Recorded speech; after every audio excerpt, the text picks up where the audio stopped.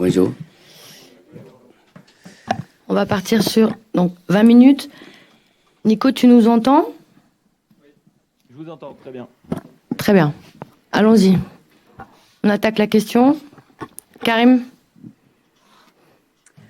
Coach, bonjour. Je suppose que vous avez vu et revu le match de dimanche. Est-ce que vous avez noté des choses différentes de ce que vous nous avez expliqué directement après le match? Est-ce que vous avez eu des détails qui vous ont sauté aux yeux, que vous n'aviez pas vu pendant le match?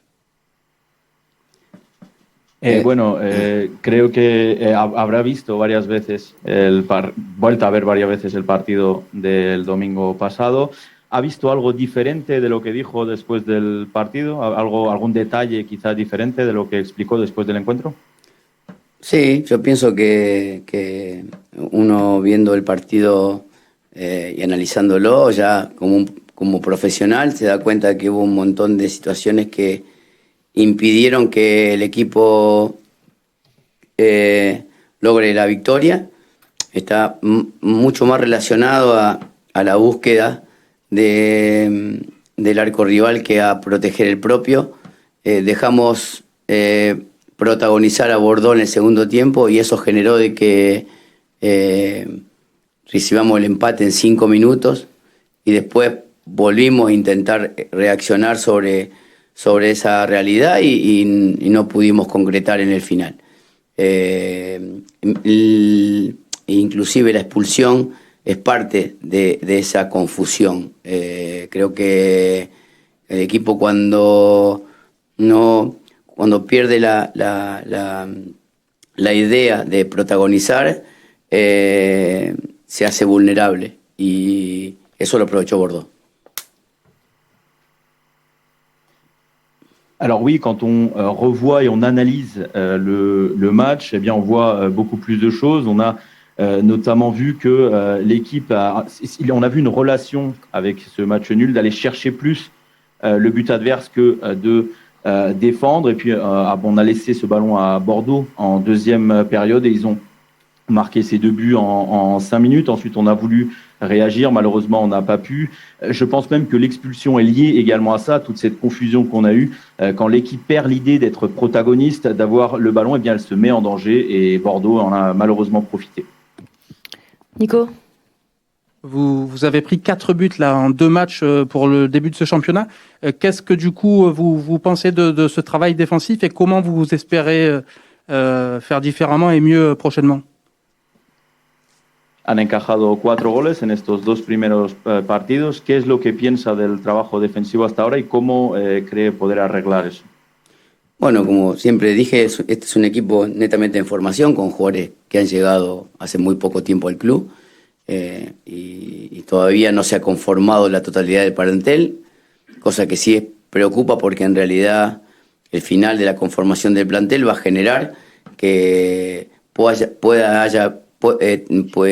haber un desenvolvimiento acorde a lo defensivo, a lo ofensivo, a las transiciones.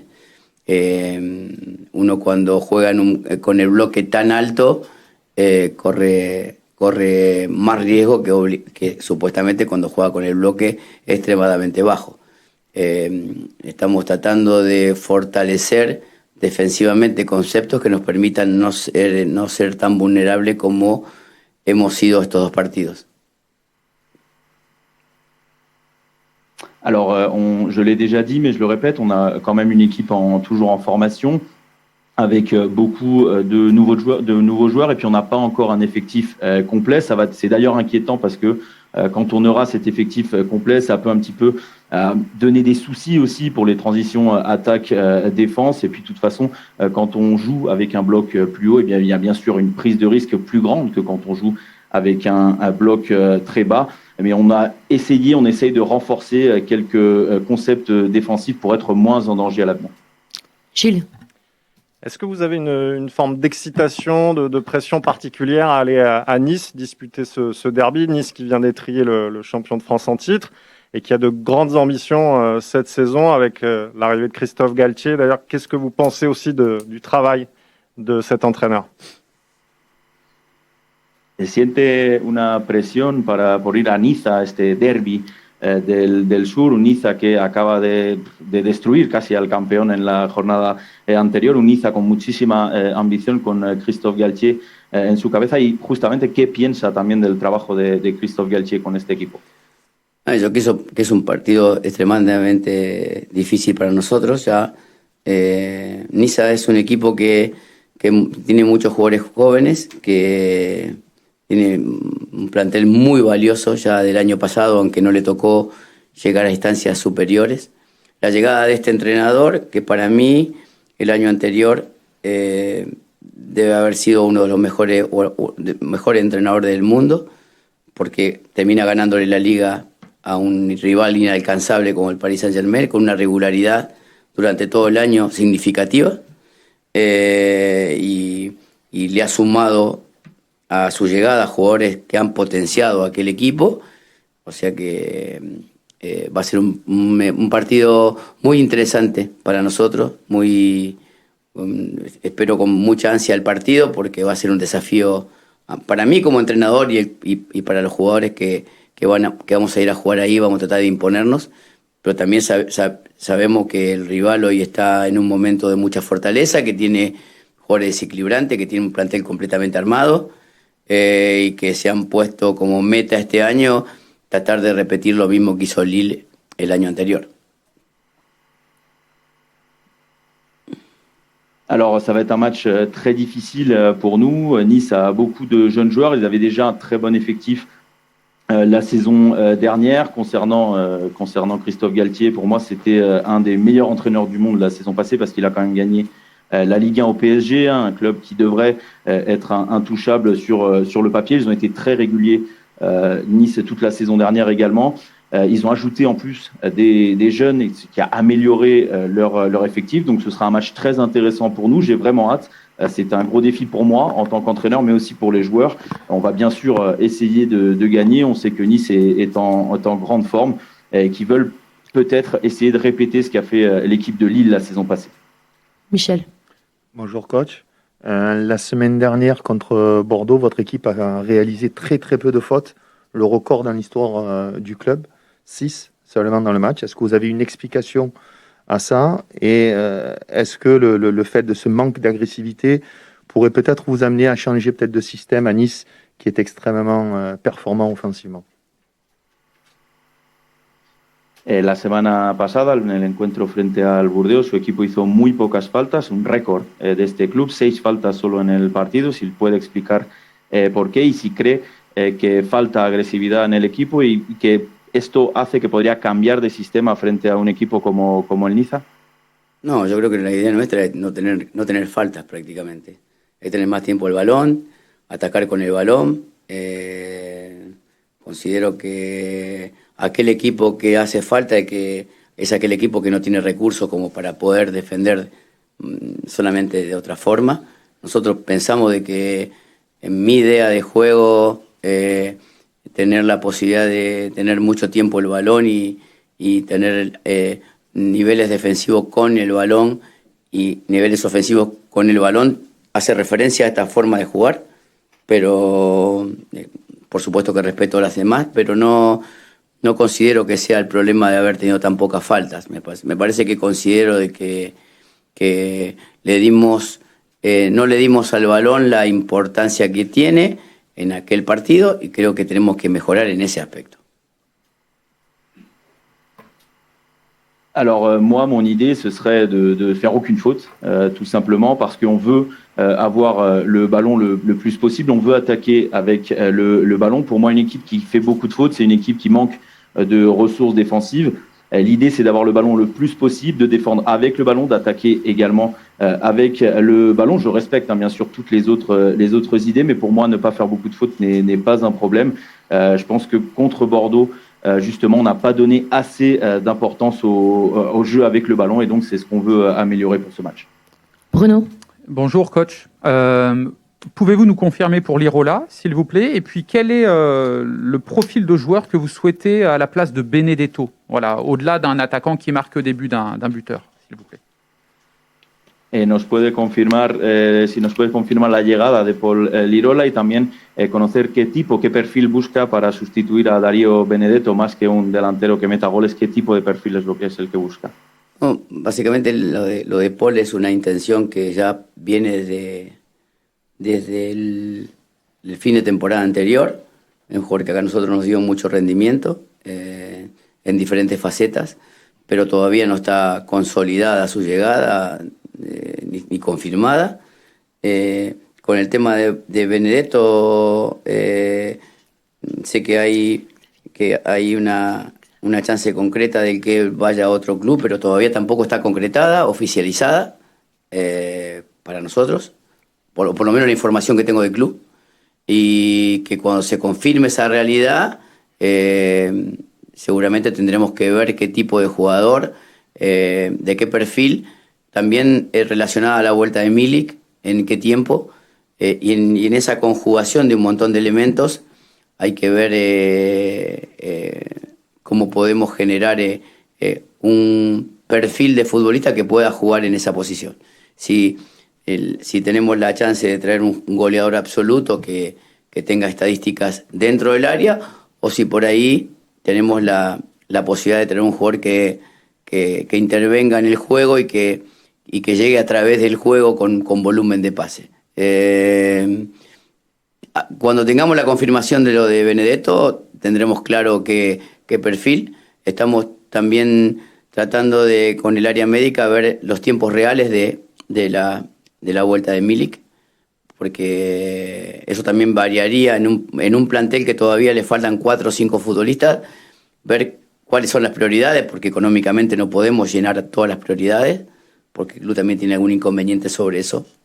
Entonces, cuando uno tiene que agudizar la creatividad para saber cuáles son las posiciones que más hacen falta al equipo, es cuando se define el plantel. Hoy tenemos jugadores que están pensando en irse, puestos que se tienen que cubrir.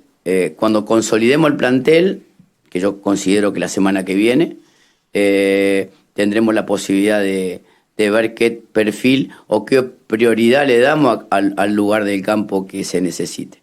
Si todo eso va relacionado a un planteamiento general del club y de la parte deportiva para saber con qué podemos contar, sabiendo de que nos faltan por lo menos 4 o 5 futbolistas, quién son los que se terminan yendo y quién son los que van a reemplazar dentro de las prioridades del equipo.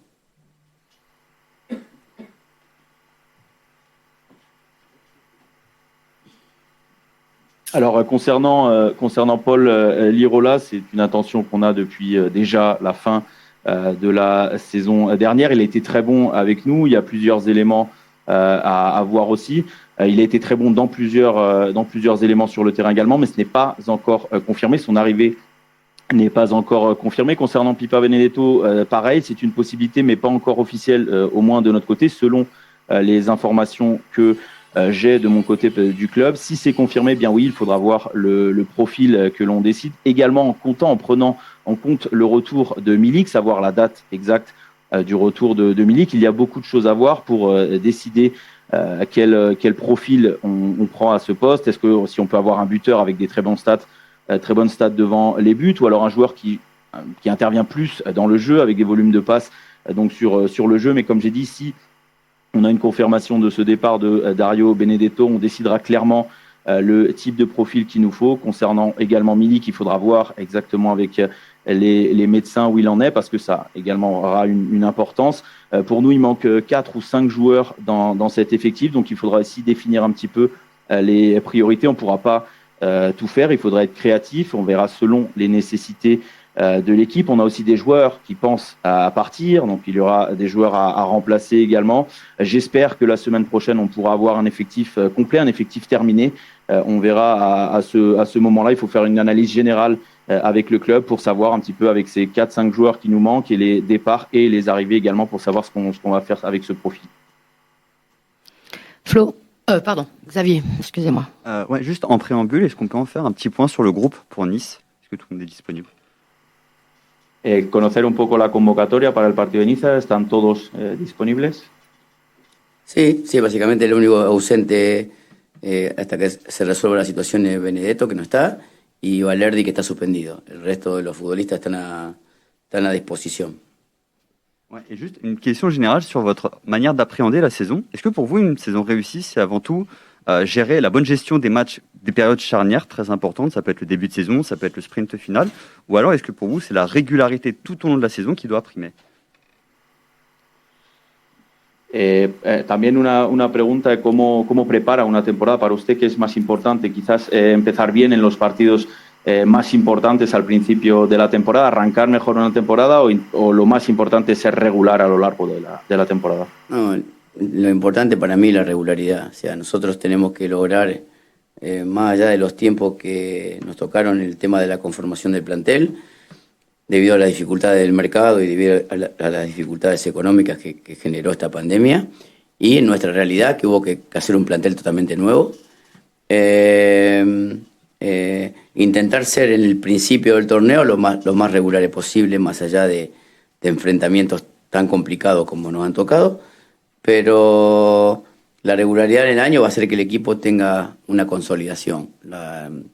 Las regularidades parciales o momentáneas son las que eventualmente generan desconcierto y a veces terminan perjudicando, porque equipo con altibajos hoy, y más de todo por la obligación que tiene el escudo de este club o la camiseta de este club en el paso de la historia, donde realmente tenemos que saber que esa obligación que genera el entorno del club de ganar todos los partidos, en este momento actual de formación que tenemos nosotros, es un poco conflictivo. Y nosotros tenemos que lograr estar a la altura de lo que pide la gente, a la altura de lo que... y también ser realistas donde estamos, para ver hacia dónde vamos. Alors pour moi, c'est bien sûr le plus important, la régularité. En plus, bien sûr, comme j'ai dit, on a un effectif qui n'est pas encore, en prenant compte qu'on a un effectif qui n'est pas encore au complet, que ce soit à cause des difficultés du marché, mais également cette pandémie, les difficultés financières à cause de cette pandémie. On a un nouvel effectif qui est en train de se former, mais il faut essayer d'être le plus régulier dès le début de saison, même si on a eu des matchs compliqués d'entrée. Il faut consolider, il faut avoir une régularité, parce que la régularité partielle, eh bien, finalement, génère de la confusion, et c'est pire pour une équipe, parce qu'il y a ensuite des hauts et des bas, et puis on a cette obligation à l'OM de gagner, cette obligation de tout gagner. On est toujours en formation d'effectifs, mais ici, on nous demande de tout gagner, parce qu'il y a l'écusson qui demande ça, le maillot, l'histoire du club, donc il faut être à la hauteur de tout ça également. Flo. Oui, Jorge, bonjour. Il y a déjà, même si c'est un peu précipité, quelques critiques concernant Steve Mandanda. Est-ce que vous aimeriez qu'il soit plus décisif? Et est-ce que vous pensez que cette situation où Paolo Lopez, un gardien numéro 1 bis, est arrivé, peut le mettre un petit peu sous pression, voire le perturber, ou au contraire, ça doit le booster, à votre avis? Bueno, aunque es pronto, hay algunas críticas ya hacia Steve Mandanda. Espera de él que sea más decisivo. ¿Cree que esa situación con la llegada de Pau López le puede perjudicar, le puede molestar, o todo lo contrario, le puede dar un poco más de impulso a Mandanda? No, yo creo que Steve tiene una trayectoria, una madurez que le permite ser claro que el futbolista tiene diferentes momentos que transcurren en diferentes temporadas. No creo que la llegada de una competencia en la portería le genere incomodidad, porque ya me manifestó que no es así, que es seguramente es un arquero que por la jerarquía que tiene, tendrá claro que el equipo necesita de él su mejor versión y que trabaja todos los días para eso. Nosotros tenemos siempre mucha confianza en él porque es un referente para este club y los referentes siempre dan un plus a cada participación. Ojalá que en este fútbol tan cambiante estas opiniones adversas se modifiquen y que Steve siga siga manteniendo el respeto que merece. Alors, Steve a une trajectoire, une maturité qui lui permet de savoir et de comprendre que lors des saisons, eh bien, il y a on passe par différents moments. L'arrivée d'une concurrence ne l'embête pas plus que ça. D'ailleurs, c'est ce qu'il m'a dit. C'est un gardien de haut niveau qui sait très bien que l'équipe a besoin de le voir à son meilleur niveau, à sa meilleure version. C'est pour ça qu'il travaille tous les jours. C'est une référence du club et ça donne toujours un plus à chaque match. Un joueur comme Steve Mandanda. Et j'espère que dans ce football d'aujourd'hui qui change tant, eh bien les critiques pourront elles aussi changer et que Steve gardera ce respect dont il mérite dans ce club. 3 dernières questions. Mathieu, Jean-Claude et Jean-Louis. Bonjour. Conrad de la Fuente était la recrue la plus jeune de l'été marseillais, celle qu'on connaissait le moins, et pourtant il s'est déjà fait une place dans votre équipe. Alors comment jugez-vous son intégration et la réponse qu'il donne à vos attentes tactiques sur ces 2 premières journées? Conrad de la Fuente ha sido la llegada más joven de este mercado este verano, pero ya es muy importante en su dispositivo. ¿Cómo juzga su llegada y qué es lo que le ofrece tácticamente? Básicamente la llegada de él es un joven, como usted comenta, de poca experiencia en el fútbol profesional, porque evidentemente jugó muy pocos partidos en Barcelona, jugó mucho en el Barcelona B. Es un jugador que tiene características como para ser muy importante. Todavía necesita esa regularidad de aquellos jugadores que tengan muchos más minutos que él. Nosotros sorpresivamente recibimos un jugador que pensábamos que le iba a llevar un poco más de tiempo la adaptación, pero se adaptó muy rápido a lo que nosotros pensábamos y que gratamente hoy tenemos un jugador que, más allá de su juventud, marca diferencia con los rivales en la ofensiva.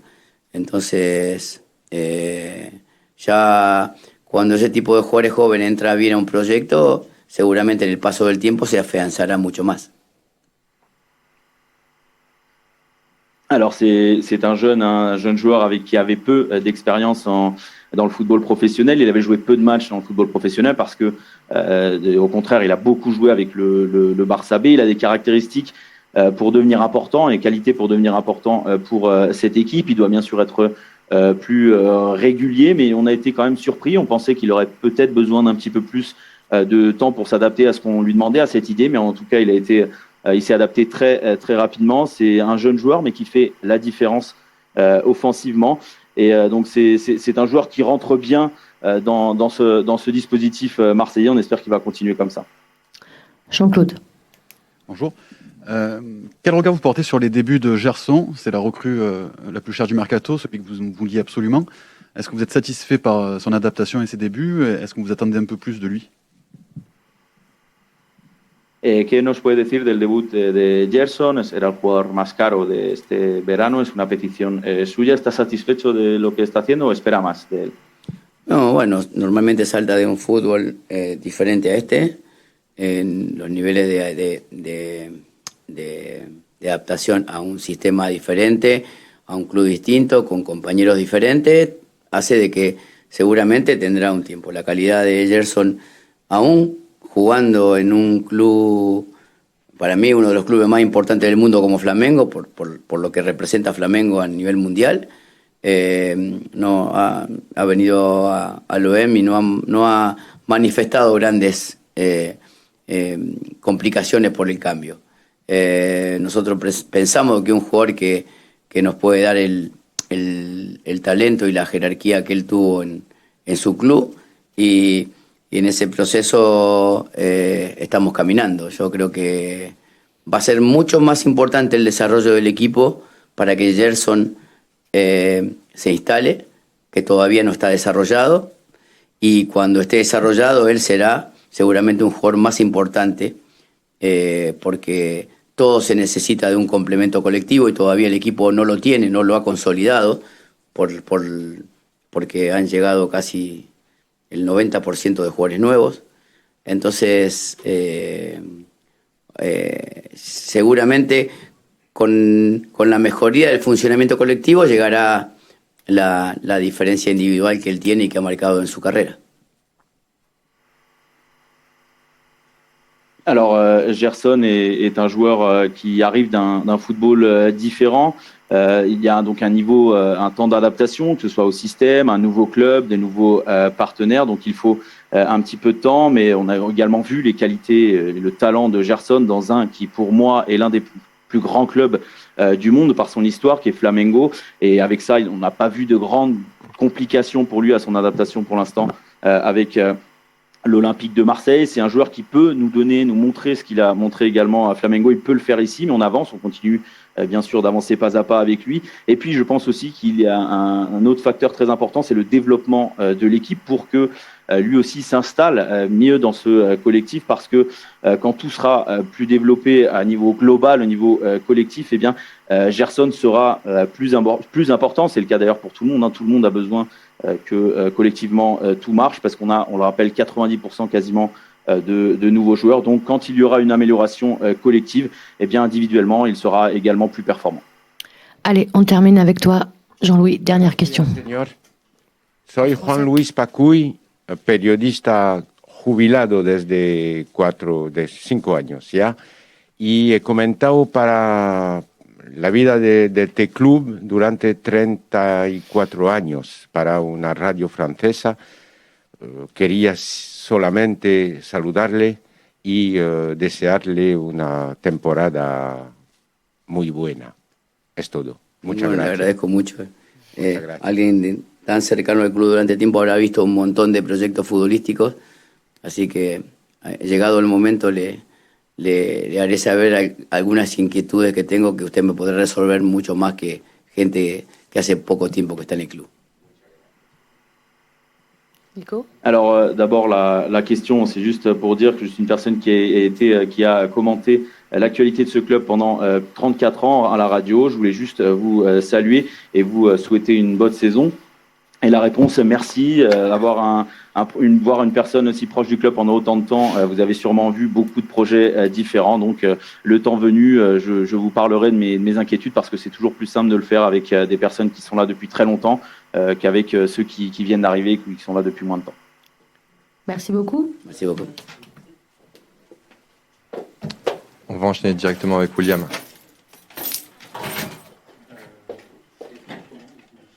Comment ? Ouais, il est enregistré.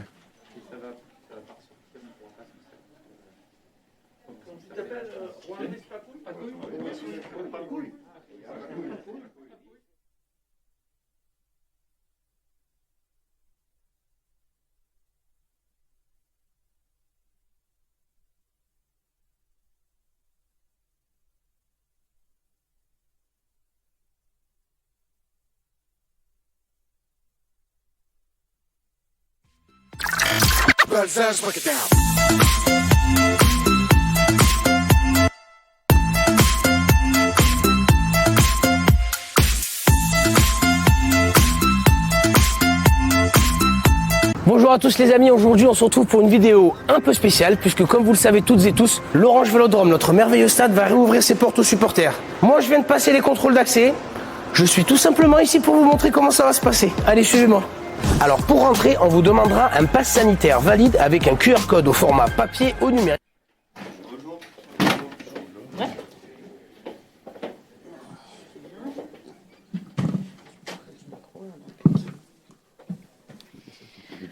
Allez, on va attaquer. Oui, vas-y. Avec qui ? Bonjour William, vous aviez parlé quand vous jouiez à Saint-Étienne du Vélodrome. Là, c'était la grande première en compétition officielle. Est-ce que vous pouvez nous raconter cette première expérience ? Ouais, bonjour, c'est sûr que c'est fou. On le sent même déjà juste avant d'arriver au stade. Ils sont déjà beaucoup dans les bars. Même quand on roule sur l'autoroute, ça klaxonne. Et dès que tu rentres dedans, dès l'échauffement, le stade il est déjà rempli. Donc c'est sûr qu'il y a beaucoup d'émotions. Karim. Salut William. Petite question concernant le match du week-end qui arrive. Tu étais à Nice la saison dernière et tu as raté 2 matchs dans l'année avec Nice, c'est les 2 matchs contre l'OM. Mais est-ce que tu peux nous dire, avec ton regard, si l'attente est la même entre les Niçois et les Marseillais, parce que ce match a une importance quand même assez importante? Bonjour. Ouais, c'est sûr que c'est un derby du Sud, donc c'est pas n'importe quel match. Après, c'est sûr que là, on a les deux équipes ont 4 points. On a plus ou moins bien débuté le championnat, donc c'est sûr que c'est pas des matchs à perdre. Jérémy. Bonjour William, déjà 4 buts encaissés en 2 matchs. Est-ce que selon toi c'est un problème individuel de système? Est-ce qu'il faut resserrer les boulons derrière? Ou est-ce que c'est le jeu de Sampaoli qui veut ça et cette année il faut s'attendre à prendre des buts mais aussi en marquer? Bonjour. Non, je dirais que c'est clair qu'on peut mieux faire en défense, parce que 4 buts en 2 matchs, voilà. Je pense qu'on peut mieux faire et être plus concentré sur les actions, notamment contre Bordeaux, ou des buts où on peut largement les éviter. Donc voilà, je pense pas que c'est à cause de la tactique du coach. Je pense que c'est nous, on doit être plus concentrés et plus méchants. Flo. Oui, William, bonjour. Tu évoquais évidemment le match de dimanche à Nice. Est-ce que derrière Paris, qui semble intouchable, comme souvent depuis quelques saisons, même s'il peut y avoir des accidents, on l'a vu avec Lille, mais est-ce que tu penses que Nice-OM, vous êtes des challengers très sérieux pour au minimum jouer le podium, voire jouer les troubles faits? Est-ce que tu vois là déjà un choc au sommet? Après, nous, je parle plutôt de nous, on joue pour arriver le plus haut possible. On va tout faire pour essayer de gagner tous les matchs. Après, Nice, je sais pas, on verra bien, mais en tout cas, c'est sûr que nous, ici, on joue pour jouer, pour essayer de gagner tous les matchs. Gilles. Oui, William, bonjour. Pour prolonger un peu cette question, est-ce qu'il y a quand même une forme d'excitation particulière à jouer ce match, vu que Nice vient de détrier le champion de France en titre, Lille? Oui, c'est sûr. En plus, je vais jouer contre quelques anciens coéquipiers. Voilà, ça va être un très bon match. Donc voilà, nous, on sait que c'est un derby du Sud. Donc on y va là-bas pour faire un bon résultat. Bruno. William, une question qui vient de Nice, justement, et des confrères. Pourquoi vous n'êtes pas resté là-bas? Pour moi, le projet marseillais, pour continuer ma progression, c'était mieux de venir ici. Même si j'ai bien parlé avec le coach, j'ai bien parlé avec Pablo. Donc pour moi, pour ma progression, c'était mieux de venir à Marseille. Il y a beaucoup plus d'attentes ici, beaucoup plus de pression, je pense. Donc pour ma progression, c'était mieux de venir ici. Oui, c'était bien passé aussi à Nice. Michel. Bonjour William, il y a quelques minutes tu disais qu'il fallait être un petit peu plus méchant. On n'a pas trop bien compris ce qui s'est passé en début de deuxième mi-temps contre Bordeaux. Est-ce que le fait de jouer sans latéral de métier, ça vous complique à toi et à Luan Pérez, que parfois vous êtes pris entre deux? On a vu Luan par exemple qui reculait sur le premier but. Est-ce que c'est différent de défendre à 3 sans latéral en ce qui te concerne notamment? Non, parce que la deuxième période, on était repassé à 4. Il avait dit à Bouba de rester comme un latéral droit. Donc je pense que c'est plus. On nous avait prévenu à la mi-temps qu'il fallait rester concentré, que s'il mettait un but, il pouvait revenir. Donc nous, après 5 minutes, je pense on s'est un peu relâché. Et dès qu'ils ont marqué après, ils ont marqué juste après. Donc je pense pas que c'est le système, vu qu'on était repassé à 4 à plat en deuxième. Question suivante. Oui, Bruno, vas-y. Non, globalement, sur la saison et sur les attentes, est-ce que vous demandez un peu au public de se calmer? Il y a eu un super premier match, tout le monde s'est emballé. Ici, c'est aussi quelque chose de très important de s'emballer comme ça. Est-ce que vous dites l'équipe n'est pas prête encore, tout ça? On attend des recrues. Quel est votre discours par rapport à ça? Voilà. Parce que ce n'est que le début de saison, peut-être. Voilà. Après, c'est normal. Ça fait longtemps qu'ils n'ont pas été au stade. Il y a beaucoup d'excitation. Donc, c'est à nous de leur rendre l'appareil, vu qu'on voulait bien faire pour la première du championnat au Vélodrome. Donc on a fait match nul, mais bon, c'est pas fini.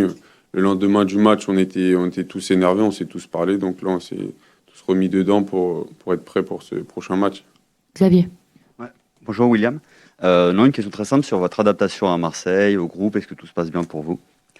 Pour l'instant, tout se passe bien. Tout le monde, comme j'ai dit, tout le monde m'a très bien accueilli, que ce soit le staff, les coéquipiers, même les supporters. Donc voilà, pour l'instant, tout va bien. Jean-Claude. Comment se passe la cohabitation avec les autres défenseurs là, du Trident? Balerdi a été suspendu et il va vous manquer 2 matchs. Comment vous faites pour changer justement de partenaire? C'est plus difficile pour les repères, les automatismes? Non, je pense pas, parce que le coach fait en sorte qu'on tourne tous ensemble à l'entraînement. Il y a eu les matchs de préparation. Voilà, il y a de très très bons. On a de la chance d'avoir de très bons défenseurs dans cet effectif. Donc je pense pas que ce sera un problème. Karim.